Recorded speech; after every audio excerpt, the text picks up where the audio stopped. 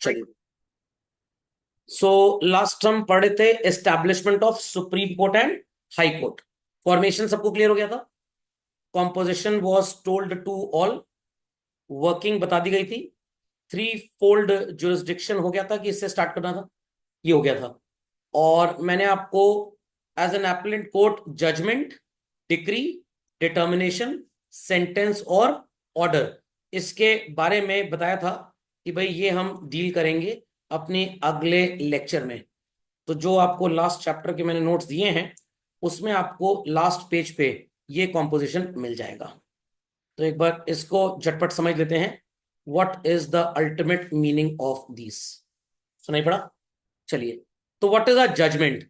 Formal decision होता है जहां पे कोर्ट पूरा एक्सप्लेनेशन देता है। सुना होगा 1200 पेज का जजमेंट है।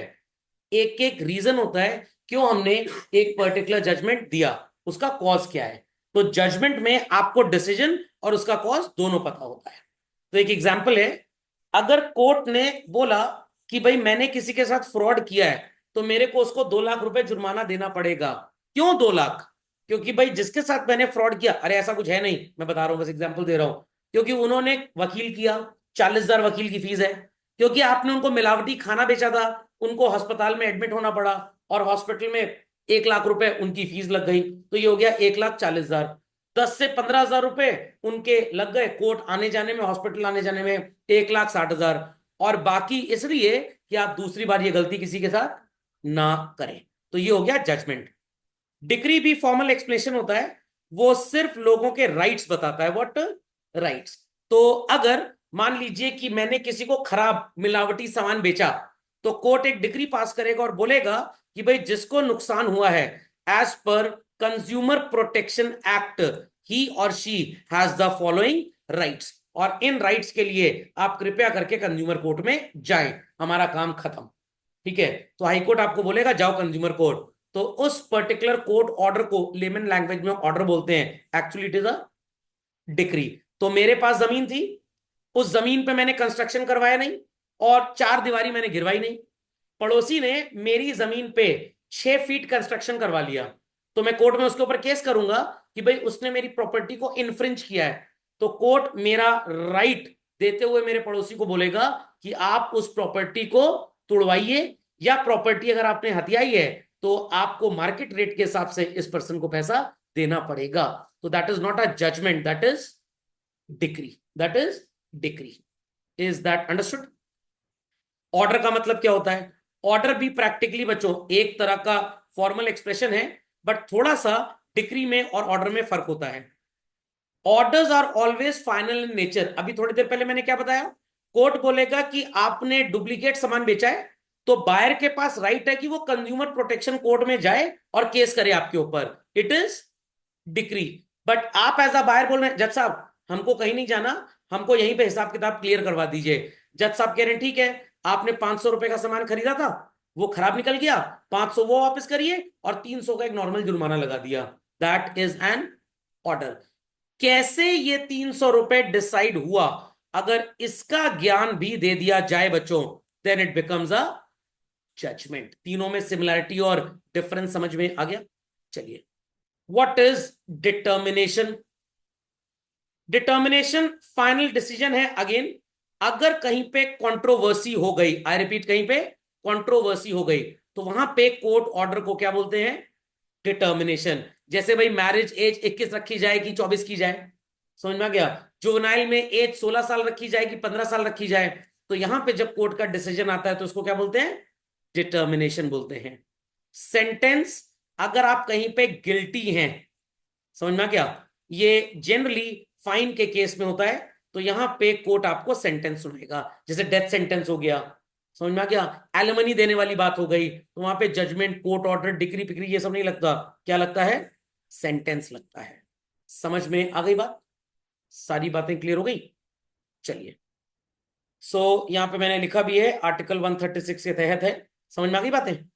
Then children, Supreme court has an advisory jurisdiction. वो प्रेसिडेंट ऑफ इंडिया को भी एडवाइस कर सकते हैं। Sir President of India court को एडवाइस कर सकते हैं? अरे नहीं। So Supreme court has special advisory jurisdiction in matters which may be referred it by the President of India. President of India को एक ऑर्डिनेंस लाना है, याद है 6 हफ्ते ऑर्डिनेंस, जब पार्लियामेंट नहीं चल रही होती है, छुट्टी पे होते हैं वो लोग, तो प्रेसिडेंट ऑफ इंडिया एडवाइस लेना चाहते हैं, कोर्ट से पूछते हैं भाई बताओ मैं क्या कर सकता हूं। सर क्यों कोर्ट से क्यों पूछेंगे वो? भाई प्रेसिडेंट कौन होता है? जिसको रूलिंग पार्टी, ऑपोजिट पार्टी, सारे लोग, एमपीज, मेंबर ऑफ पार्लियामेंट और स्टेट के मंत्री लोग, नॉट मंत्री, member of legislative assembly and all that, vote देके बनाते हैं। क्या मुर्मू जी के पास इतना ज्ञान होगा कि वो सारा कानून जानते हैं? सर आपका वीडियो लेक्चर देख लें वो, तब भी ज्ञान नहीं आएगा। तो वो सुप्रीम कोर्ट के जजेस से पूछेंगे, क्योंकि उनको पता है लीगली क्या सही है और क्या गलत है। खोपड़े में बात गई, खोपड़े में बात गई। Then concurrent original jurisdiction, sir what is this? Supreme court के पास हाई कोर्ट की तरह एक ऐसा ज्यूरिसडिक्शन होता है जहां पे supreme court of India parliament के ऊपर भी अपनी टांग रख सकता है। सर इतने बड़े जज होंगे, उनकी टांग इतनी बड़ी होगी? कंटेंट पढ़िए। For enforcement of fundamental rights, तो अगर किसी पर्टिकुलर स्कूल में किसी बच्चे को एडमिशन डिनाई कर दिया गया और उसकी उम्र 6 से 14 साल है, वो बच्चा स्कूल में केस करेगा, स्कूल वाले कहेंगे जाओ जो करते बनता है कर लो, वो लॉयर के थ्रू जाएगा supreme court, right to education act के तहत उसका मुकदमा सुना जाएगा, और सुप्रीम कोर्ट बोलेगा पार्लियामेंट को कि भाई आपने ये कानून बनाया है, आपके स्टेट में, आपके एरिया में ये स्कूल बदतमीजी कर रहा है, तो आप नेसेसरी पुलिस एक्शन वहां पे दिलवाइए और बच्चे को एडमिशन दिलवाइए। अगर वो भी फ्लॉप हो जाते हैं तो जज साहब एक केस पास करेंगे, उस पर्टिकुलर एरिया के जो भी डीएम वगैरह, कलेक्टर वगैरह, पुलिस स्टाफ होंगे, उनको जजमेंट देंगे कि भाई इस बच्चे का वहां एडमिशन कराइए। तो हाई कोर्ट के साथ साथ सुप्रीम कोर्ट भी फंडामेंटल राइट्स को लागू करवा सकता है। कॉनकरेंट का मतलब ये होता है। ओरिजिनल का मतलब अपने पास तो इनके पास राइट है ही है, प्लस हाई कोर्ट जिन फंडामेंटल राइट्स को एनफोर्स कराता है अंडर आर्टिकल 226, सुप्रीम कोर्ट भी उनको सो कॉल्ड एनफोर्स करा सकता है। समझे बात को या नहीं समझे? समझ गए? चलिए, जस्टिस कंप्लीट, किसी भी चीज को अधूरा ना छोड़ा जाए, उसके लिए सारा काम कौन करेगा? Supreme court. और सुप्रीम कोर्ट के सारे जो भी फैसले होंगे बच्चों, पूरे हिंदुस्तान में लागू होंगे, चाहे वो पाकिस्तान ऑक्यूपाइड कश्मीर हो, चाहे अक्साई चीन हो, कुछ भी हो। ऑलरेडी केसेस जो डिसाइड हो चुके हैं, अब ये बहुत इंपॉर्टेंट चीज है, any case which is decided by the high court, supreme court उसको चेंज कर सकता है। सुप्रीम कोर्ट ने लास्ट टाइम एक केस डिसाइड किया था जिसमें 3 जजेस की बेंचेस ने फैसला सुनाया था। कितनी? 3। अब उस केस को फिर से सुना जा सकता है, बट बेंचेस मोर देन 3 होनी चाहिए, 5, 7, 9। 3 जजेस की बेंचेस ने जो केस सुनाया, उसको 2 बेंच में फिर से सुना नहीं जा सकता, फिर वो तो कॉन्ट्राडिक्ट कर जाएगा ना। समझ में आ गया? समझ में आ गया?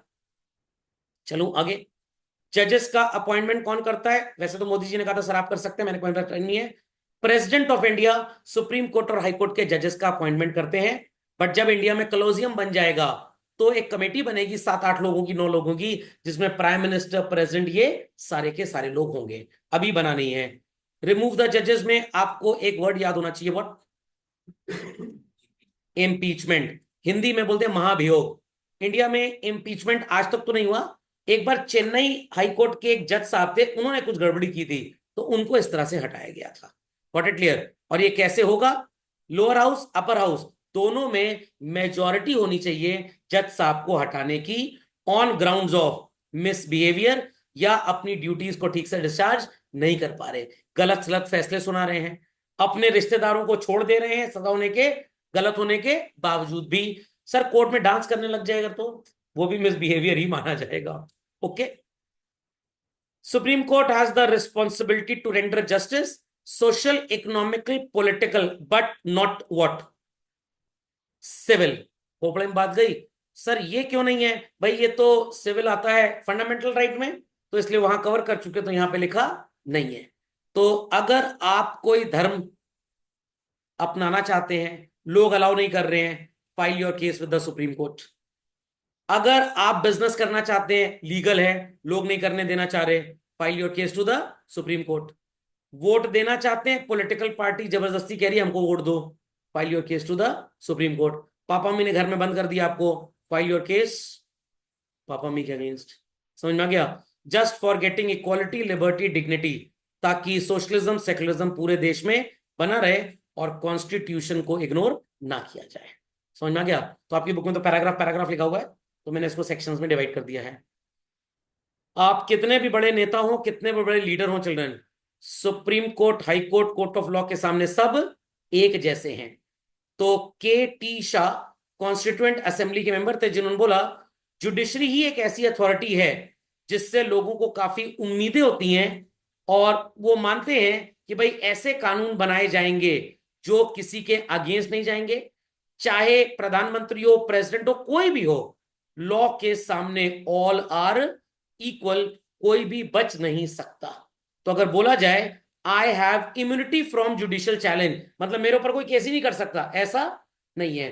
हाँ, एक डिफरेंस है, अभी आप पढ़ेंगे उसको एडमिनिस्ट्रेटिव लॉ के चक्कर में।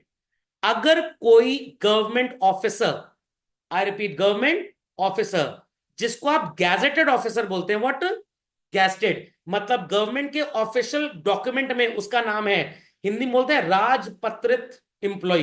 गैजेट ऑफ इंडिया जो ऑफिशियल डॉक्यूमेंट होता है उसमें उसका नाम होता है, इसमें गवर्नमेंट स्कूल्स के प्रिंसिपल्स भी होते हैं। Is that clear? Gazetted officer के खिलाफ अगर कोई केस है और वो स्टेट गवर्नमेंट का ऑफिसर है, तो पहले कोर्ट को स्टेट गवर्नमेंट को बताना पड़ेगा, फिर उनके खिलाफ केस चलेगा। सेंट्रल गवर्नमेंट का है तो पहले सेंट्रल गवर्नमेंट को बताना पड़ेगा।